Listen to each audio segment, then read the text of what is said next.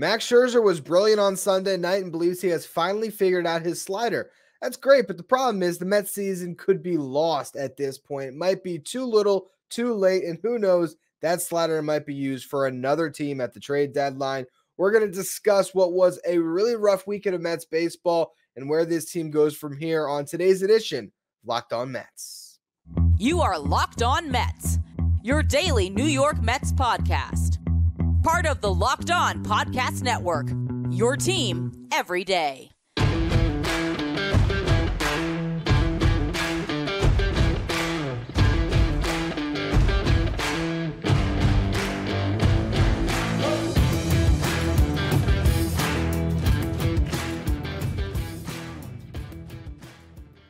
Hello to all you amazing Mets fans. You're watching Locked On Mets, part of the Locked On Podcast Network, your team every day.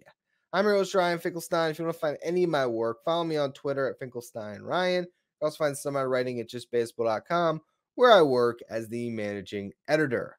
This episode of Locked On Mets is brought to you by eBay Motors. A championship team is about each player being a perfect fit. Same goes with their vehicle. So for parts that fit, head to eBay Motors and look for the green check. Stay in the game with eBay's guaranteed fit at ebaymotors.com. Let's ride. eBay's guaranteed fit only available to U.S. customers. Eligible items only. Exclusions apply.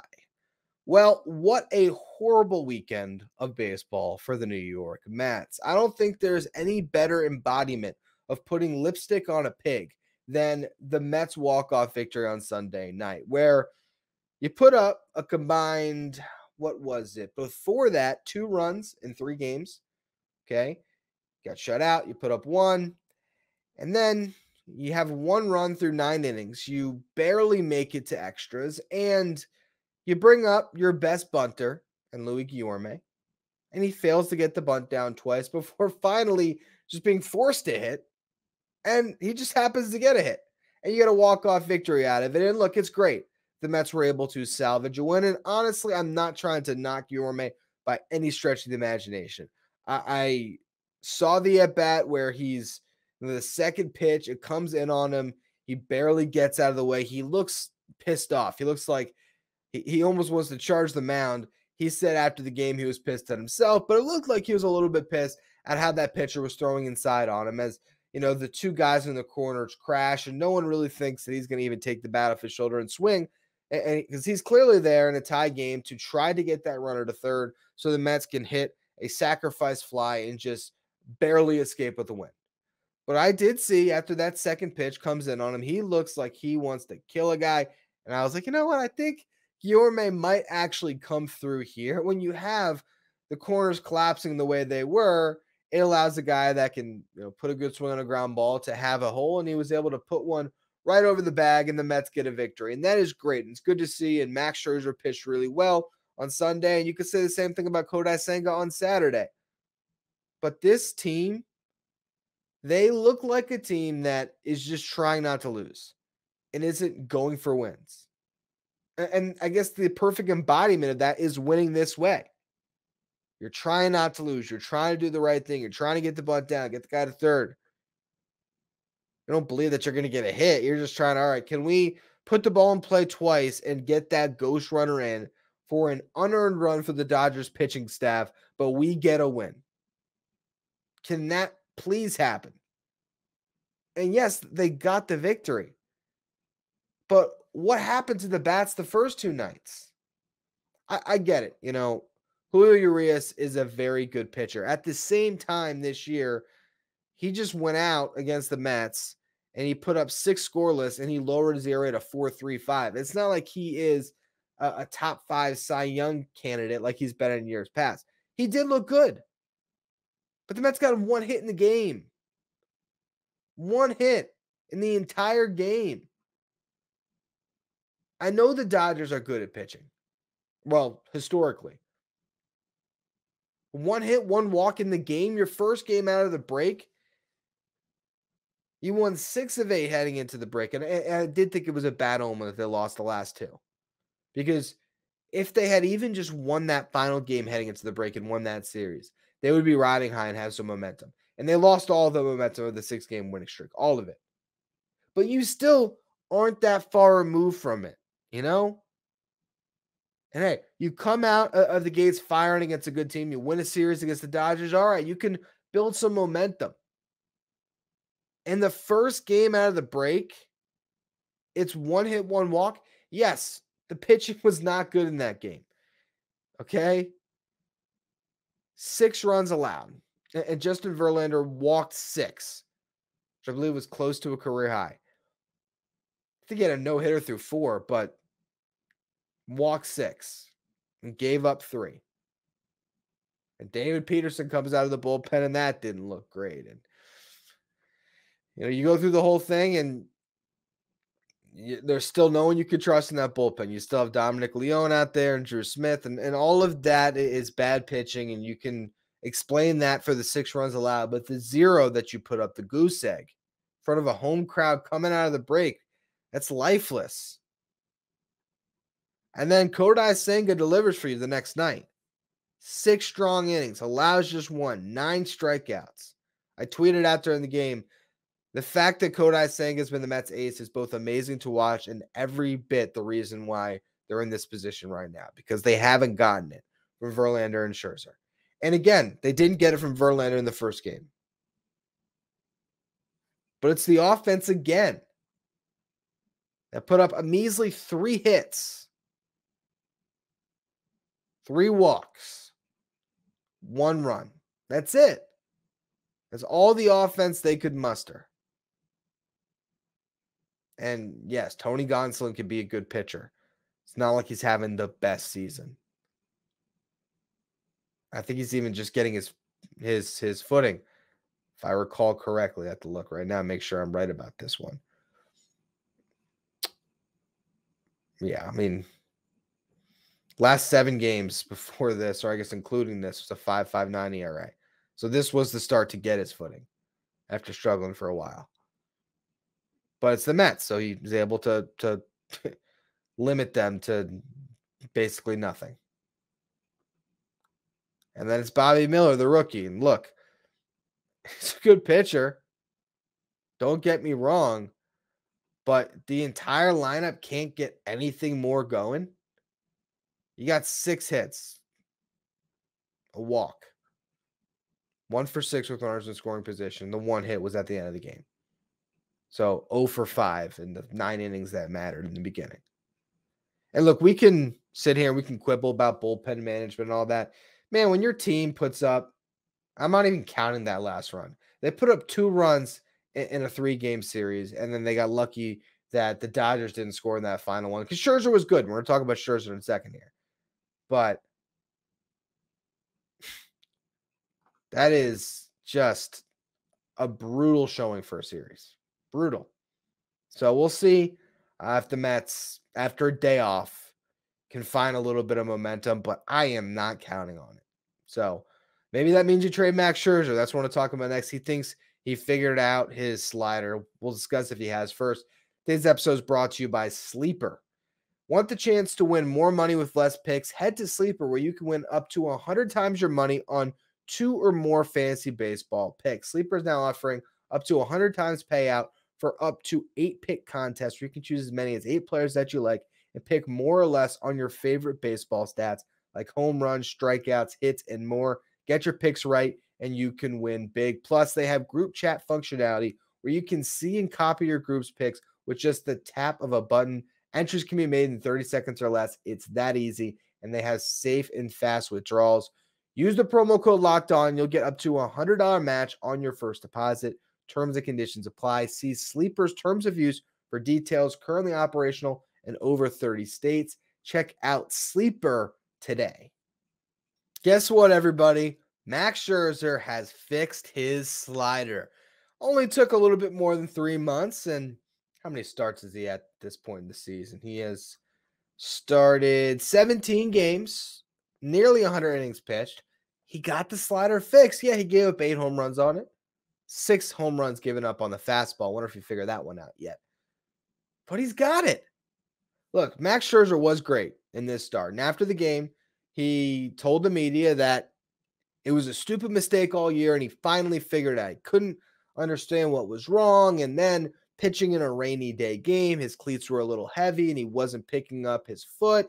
And fourth inning, he realized it, drives his foot down, and all of a sudden that slider that's been hanging all year and couldn't figure out, it finally had that action that he wanted. It was finally getting down in the zone where it's supposed to be. And all of a sudden the stars have aligned. All the problems have been fixed. And Max Scherzer, with his 3.99 ERA on this season, that's not who he is. He is back to the career Hall of Fame guy. He is back to the guy from last year. Every single problem was fixed in that fourth inning. I mean, I'm not trying to knock the guy for what he said to the media, because he was just being honest. And I know in his heart of hearts, he believes that to be the case. But can I sit here in front of my audience and say, hey, it's all good? Scherzer's got his slider. Okay. What does that mean for this team? Because they just won a game and they're sitting 7 games under. And granted, if he found that slider 2 months ago, maybe they'd be at 500. Maybe he wins 4 more games and the momentum is just better. The team vibes are better and the energy gets them to the point where instead of being 7 under, they're 500. Maybe. But that's not where they're at. They're 7 games under. And there's a couple weeks left. I mean, how many great slider starts do you have out of Max Scherzer at this point? Yeah, Jose Quintana back. So now you're strict 5-man rotations. Let's count them out. You got 3 against the White Sox, 1 against the Red Sox. Next start probably on Saturday. Okay.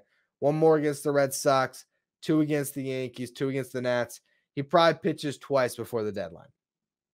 1 start against the Red Sox at Fenway and a start at home against the Nationals. So best case scenario, he can help to win 2 more games before the deadline.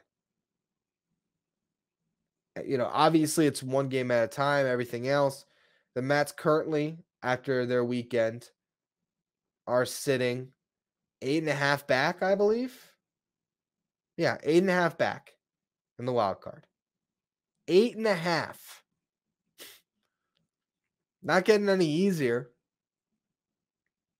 So Scherzer has a slider. Whoop-de-doo. It's fantastic, and I hope that he does, because I hope that he has 2 more great starts where he looks excellent, where he goes 8 innings and strikes out 12. And honestly, I don't even know if I care if the Mets win those games, because you're at a point in this season now where you just have to start to come to terms with reality. As much as I think if the Mets are 4 games back at the deadline, they probably stand pat. And we'll do a whole episode tomorrow about what they have to sell. But as it relates specifically to Max Scherzer, which will lead into that show tomorrow, you're in this position where the team probably should sell, but I don't think they have that King's ransom piece out there to sell, because they're not trading Pete Alonso. So we're not even going to entertain that one. And if you're not trading Pete, what do you really have? So hopefully Max Scherzer's slider is fixed, because he might just be the best thing they got. And maybe you can get a return for him. But when he can opt into a $43 million contract next year, is that even viable? And that's where I get back to, hey, maybe the Mets are sitting 4 games out and they just hold their cards, or they trade Tommy Pham and that's it. Or they trade Tommy Pham and Mark Canha and they call up Mauricio and they play the kids, but they still kind of try to win. I just don't know. But when you see that type of a lifeless effort from the ball club around Max Scherzer,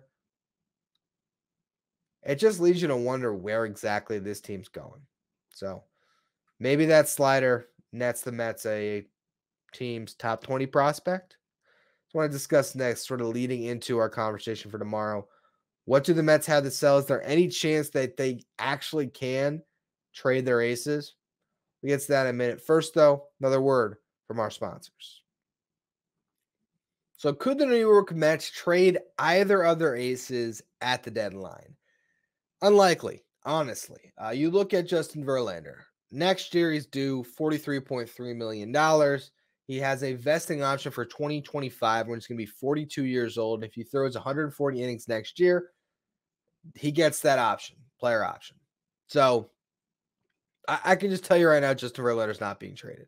No team is signing up for that contract. Here's where we get to Max Scherzer and a much more interesting deal. Because it's not the money this year. The New York Mets can eat his contract. Steve Cohen can say, look, I want to trade you. Call it the Diamondbacks, for example. I know that's a team that some people have already been floating. Hey, Scherzer starts his career in Arizona, ended in Arizona. You can get Max Scherzer for your playoff run. Perfect fit. And hey, guess what? We'll eat down his contract this year. At this point, owed $43 million on the season. You get to the deadline. What is that? Still probably 20. Maybe Steve Cohen says, hey, I'll eat 19, whatever it is. I'm going to eat all the money. I just want the best prospect return possible. All right. Arizona could think about it. And then they can look at their salaries for next year. I'm actually curious. What do we think team payroll for next season? Arizona Diamondbacks. Let's look it up. Because I wonder if Scherzer is about half of what their payroll is currently slated to be. Let's see. Arizona. Currently at $51 million for 2024. So overnight, they have to accept to double it. Would they do that? Maybe. They have a window to win. I'm not quite sure if you can eat future salary. If you can eat salary on a player option, that I'm not aware of. I'm not really sure how willing the Mets are going to be to put money on their books for a guy that are not going to be, playing if they were to trade him in the ops end. So I don't know. At this point, it would be pretty surprising for Max Scherzer to decline that option unless he really did find his slider to the point where he's just lights out over his last, whatever he gets at this point. Let's just say it's maybe 10 more starts this year. A little more, maybe 11. I don't know. But yeah, let's just say pitches to a sub-2 ERA from here on out. Yeah, okay, maybe he opts out of that contract to get a longer-term deal. More likely than not, any team that acquires Max Scherzer has to think about that. And that contract is so big, I don't know who does it. Now, granted, a team like Arizona, a team, I don't know if Baltimore is going to get in that game. One of these, let's just say Cincinnati even. One of those teams that maybe doesn't have a lot on their payroll for next year and has a young core, maybe they view that as, okay, we can do this, and if he sticks around, that's good. Or who knows, maybe it's a reunion with the Dodgers. The Dodgers, who do need pitching, say, you know what? We've seen what Scherzer did to us. We saw his last 2 starts with that slider look great. Man, that slider. We're going to throw out the first 16 games of tape where he gave it up for 8 home runs. But those last 3 starts, remember he told us about that foot? Who knows? Okay? And that's what you got to root for as a Mets fan, is for Max Scherzer to have said what he just said, to pitch the way he just pitched, to be lights out for the next 2 starts, and then maybe you actually get a team's top 20, top 10 prospect. The Mets are going to want one really good prospect. And maybe that trade is out there, because you look at the market, if the Padres don't sell and they don't put Blake Snell out there, you look around the league, Shane Bieber, as far as just a pitcher to lead your team to a World Series this year, I don't know if Bieber is a better option for a team or worse. Probably a better option because he has an extra year of control. But like, if you're just, I want the guy that's just going to get, well, actually, it's not even an extra year of control because he has an extra year of affordable control. Let's put it that way. Like, the cost to get a Bieber is going to be significantly higher than a Scherzer. So would a team say, I don't want to trade 3 prospects for Bieber, I trade 1 really good one for Scherzer? Maybe. Marcus Stroman is rental player option, but his option He's more affordable and one that he's more likely to opt out of, and actually test free agency. So he's more of a rental. Team's going to say, I want to get that one good prospect for Stroman or Scherzer. Well, if I'm a team and looks at their player options respectively, so, well, Stroman opts in, great deal. Scherzer opts in, 39, better prospect goes for him. So again, my whole point is the perfect kind of confluence of things has to happen for you to net a great prospect on Max Scherzer. He has to pitch great his next 2 starts. You have to eat all the money this year. If there's a way to eat money next year, that would be another thing. I don't know if that's possible. I'm not that much of a cap expert to tell you. And the rest of the market where there are other starters who will be available, it has to go in a direction where there's one team that views Max Scherzer as their guy, a guy that they want to bring in, that they're willing to pay, that they're willing to part with something for. And when you consider the way I think Steve Cohen still values Max Scherzer, not only to pitch this year, because I don't think Cohen really wants to give up on this season, but also to pitch into the future, to pitch for the team next year, I think he probably values Scherzer more than anyone else. So realistically, I guess you just hope the slider's fixed because maybe he can help the Mets make a miraculous push. We'll see what happens. But hey, it's fixed, and I guess that's all that matters. Anyway, that's going to be all for today's edition of Locked On Mets. If you want to catch me somewhere else, I'll actually be on an SNY show, Mets Off Day. They got a podcast, and I'll be on it on Monday. So if you guys want to check that out, and also, of course, you want to check out my episode on Tuesday where I'll be breaking down what do the Mets have to sell at this deadline. We just gave a teaser of it on Scherzer. I'll go through the other candidates that are more likely to go and what the Mets could expect in return. So make sure you check out that show for all you everydayers. Follow me on Twitter at Finkelstein Ryan. Follow the show, Locked On Mets.